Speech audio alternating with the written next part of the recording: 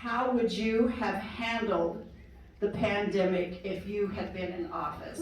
Well, I just want to first start off and say thanks to all of you coming tonight, and appreciate your investment in time, because I know that is something you don't get back, and so I wanted to say thank you again. I want to introduce myself also. My name is Branden Durst. I'm running for State Superintendent of Schools, and I believe we need to trust parents again.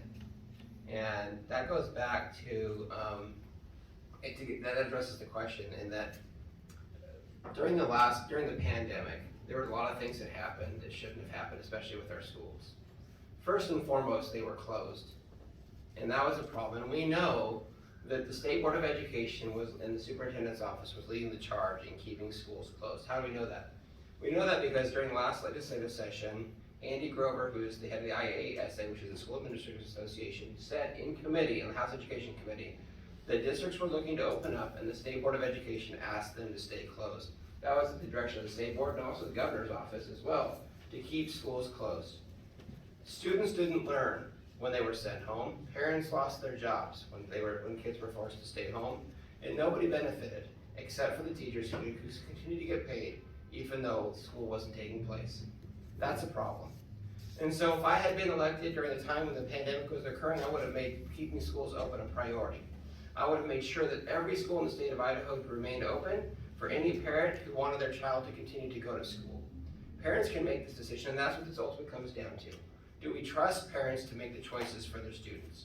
Or do we think that the government needs to intervene and tell us what's best for us? I don't think so.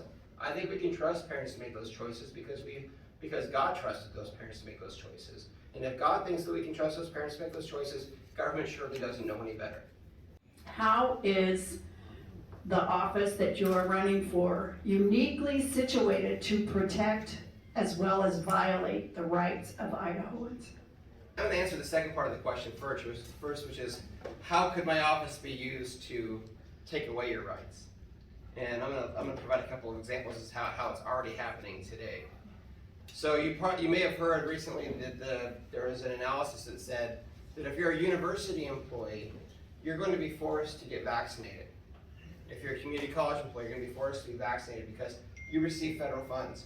And that's going to implicate you into this federal mandate of vaccinations. That is a violation of your rights. When you have to choose between your conscience and your paycheck and or your ability to provide for your family, that is a violation of your rights. That's happening today.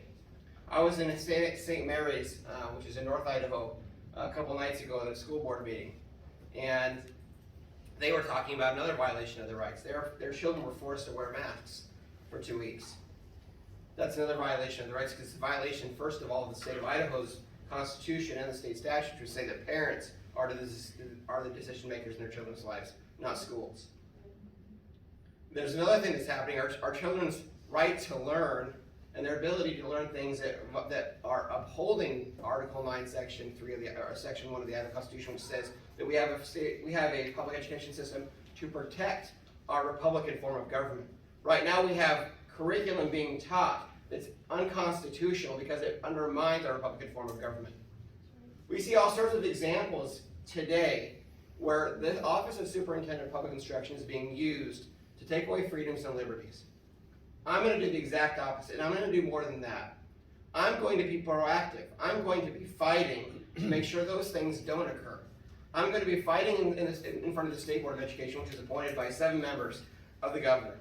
I'm going to make sure that your voice is heard loud and clear there, so that you know that if there's something going on that's hurting your kids or your grandchildren, that you've got an advocate on that board. I'm going to make sure that when schools open up and when they start forcing your children to learn things that they shouldn't be learning, that you'll have an active and vocal advocate to make sure those things stop. We can't continue to let things just happen as they have been. We have to start fighting back. If we don't fight back today, we're going to lose our children forever. And I really feel that's true.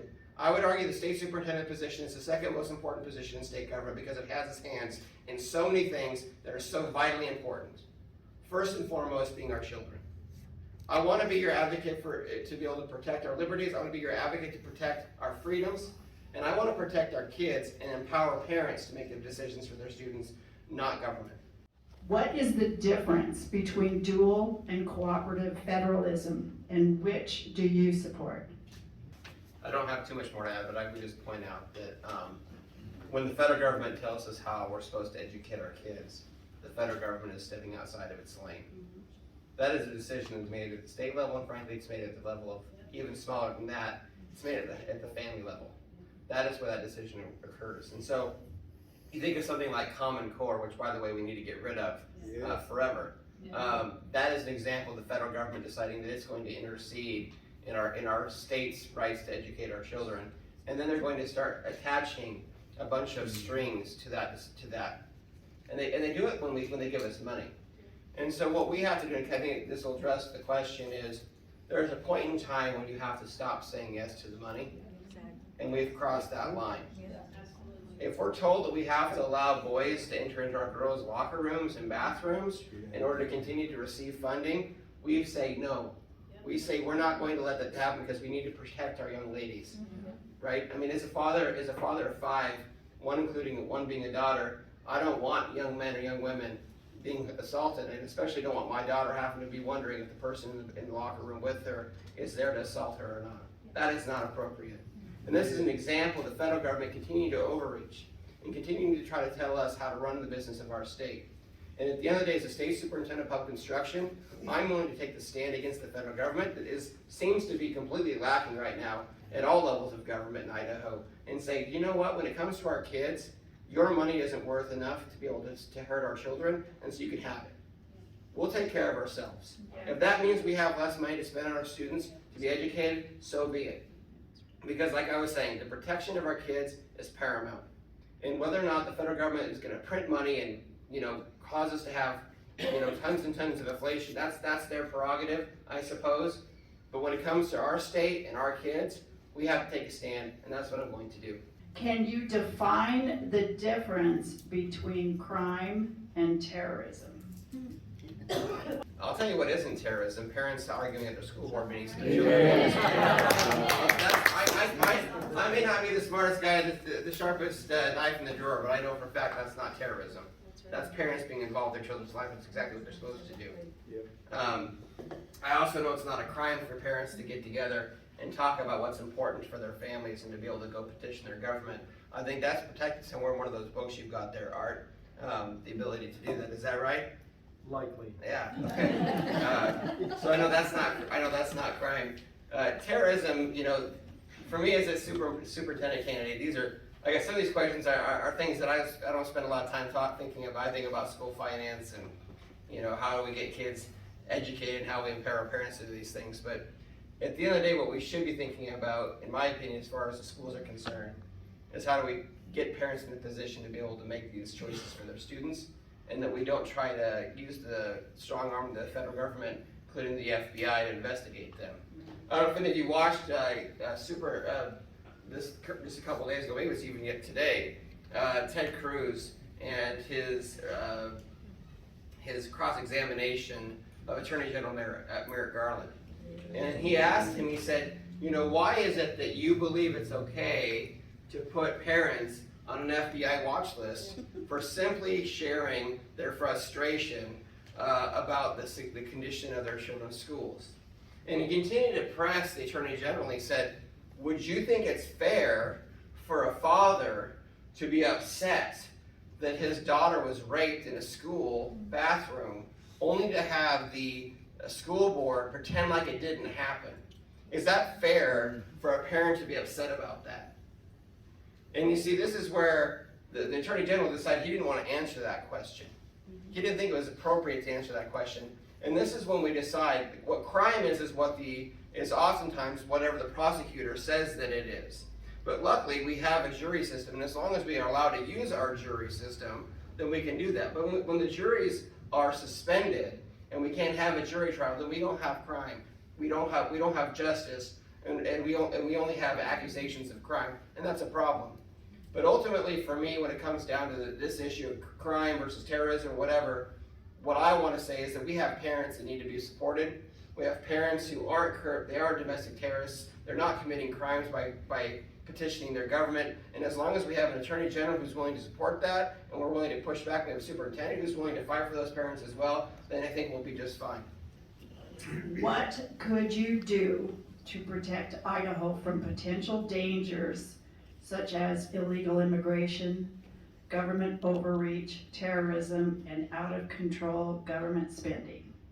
As far as the education system is concerned, there's a few things, and I want to focus primarily on budget-related issues because I think those are probably the most appropriate in terms of the part of this question. But the first thing that I can tell you is that when I have the opportunity to serve as your state superintendent, I will make a commitment that after my first term, that there will be less full-time employees in my department than there were when I started, that our budget will be smaller, and that we will take less federal money. That is my commitment to you. And the reason for that is because I believe that we have to stop continuing to feed this insatiable desire to grow government.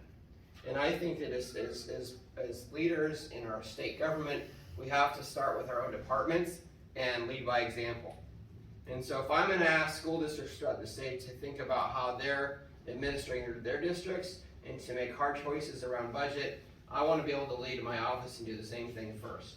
Because I believe that's what servant leadership is about. It's about doing the things that you're asking others to do. And I believe strongly in that. And so when you look at things, that's one example. The second thing is I think we need to look at when we accept federal funds, why we're accepting it, and what the strings are. And that includes not accepting federal funds until we know what the rules are that apply to those federal funds. Right now, the state of Idaho, we've accepted, I think, billions of dollars in COVID relief funds to our schools. Those districts accepted that money, and they didn't know what strings were going to be attached to that money. That's a problem. We should have had the opportunity to be able to review those rules first, and then make an educated decision as to whether or not we wanted to take that money or not. That's number two. Number three, we know that there's another example of something that I think we could focus on, which is a pre-K grant. That was, how many of you guys have heard about this pre-K grant that was supposed to go to the Idaho Association for the Education of Young Children, which is an organization that has a parent group who believes in indoctrinating our children.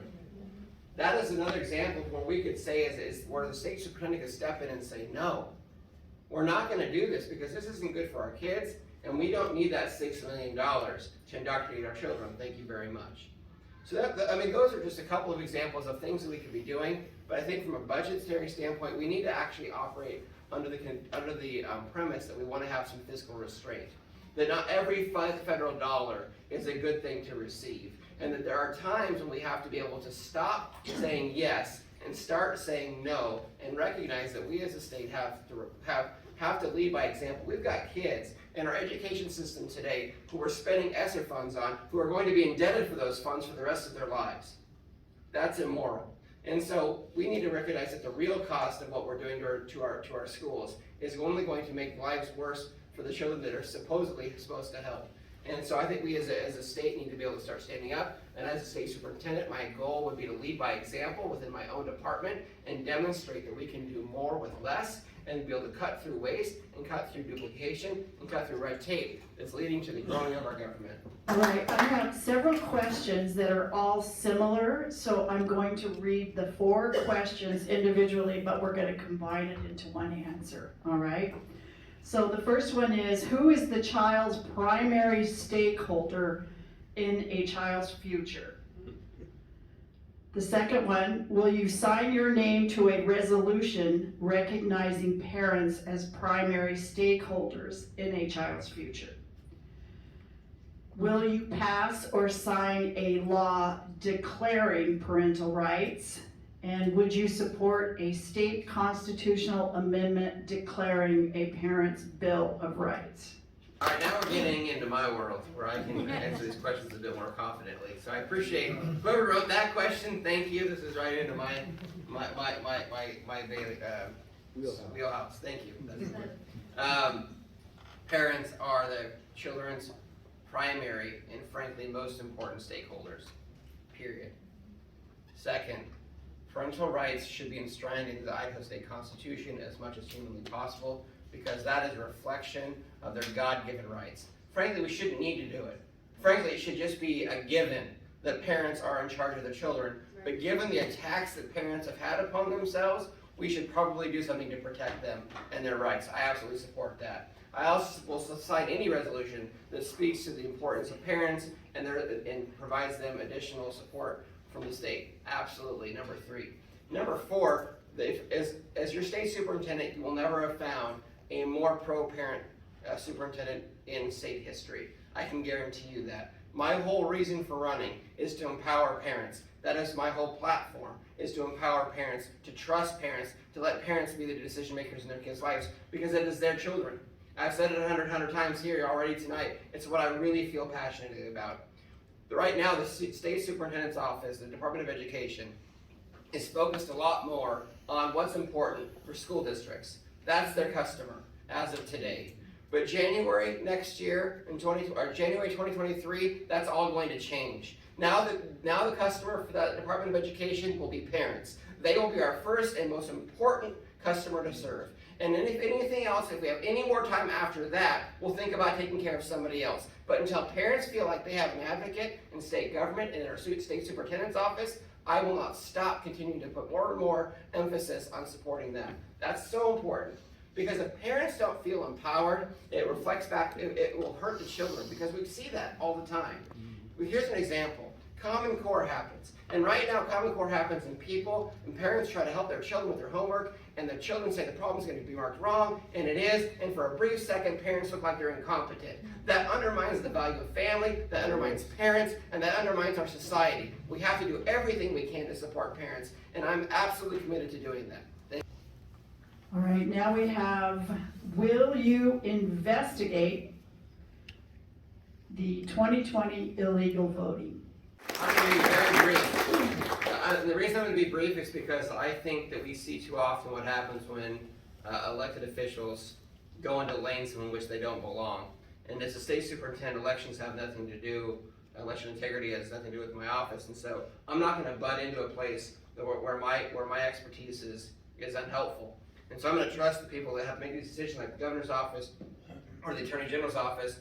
But I think it's time for us to stop expecting all governmental employees to try to say what should and shouldn't be done, and let it leave it to the offices where it's actually rightly handled. So I appreciate Lieutenant Governor's answer, and I appreciate whatever Art's going to say next. Would you join the other 23 states in the Convention of States to protect Idaho from government? I actually don't know. That's a really candid answer. I'm not sure. I have folks that I've spoken with that are very passionate about joining the Convention of States, and I've got folks I've spoken with that are very opposed to joining the Convention of States. Here's something that I've heard, and I just need to be educated more. Right? Look, at the end of the day, I'm an education policy guy, so this isn't really in my sphere of things that I spend a lot of time. Somebody asked a question about funding formulas in school finance. I'll jump all in on that. And I'll actually sound as smart as these two when I answer those questions. But, I don't know. I think the question is the Constitution itself a flawed document? And so when I think about the answer to this question, that's the first question that I ask. Is the Constitution itself flawed? And I don't think that it is. I think the Constitution is one of the most well-drafted documents in human history. It's not the Bible, right? I mean, that's obviously the Word of God. Those really aren't comparable things, but the Constitution is pretty darn good. And so I would need to be educated, and I would need to be persuaded that the issue with the Constitution requires us to have a Convention of States to correct it in some way. Because at the end of the day, I really don't. At first blush, I say, if it ain't broke, don't fix it. But if it is broke, tell me how we're going to fix it and why it needs to be fixed. So that's where I would be at. If there is a clear constitutional conservative candidate leader in this race by spring, will you step down to keep the incumbent from winning? Okay, so for me, I guess the question's a little easier because I am the conservative running for this office. So I suppose, unless you think that someone that supports diversity, equity, inclusion is the conservative, or someone who tells you that SEL being taught in the Nampa School District isn't CRT. I mean, if we have different definitions of what conservative is, then I'll take that into consideration. But as far as I know, I am the conservative that's running, and so I have no intention of dropping out. I've spent a lot of time on the road. I sold my sports car to run this campaign so I could buy a hybrid to get better gas mileage to be able to drive across. And I almost put 25,000 miles on my car since April. I've been all over the place. I had 15 events in the last 10 days. And I'm committed to doing the same hard work for the rest of this campaign, because I believe that if we put the hard work in, then we'll get the result that we need to have for our students. That's number one. I'm going to answer that last question because I think there's something important for me to talk about here. All of the positions in the State Department of Education are currently located in the Boise office, which isn't in the Capitol building, it's across the street. And I have a proposal to take 14 of those positions and move them outside of Boise and put them into regional offices throughout the state. So maybe we can share an office someplace throughout the state of Idaho so that people can actually have access to their government in their local communities instead of always having to call Boise to get an answer for them. I think that's really important. And the second thing is, as far as that question was concerned, one of the key roles for the state superintendent, and this is statutory, is there's supposed to be inspections of schools. And that's where the superintendent is actually supposed to go out into the communities in the state and see what's going on. I asked folks in St. Mary's, I asked folks in Osborne, I asked folks in Pinehurst, I asked folks in Bonner's Ferry when the last time Sherry Ybarra was in their communities, and they said, I don't know.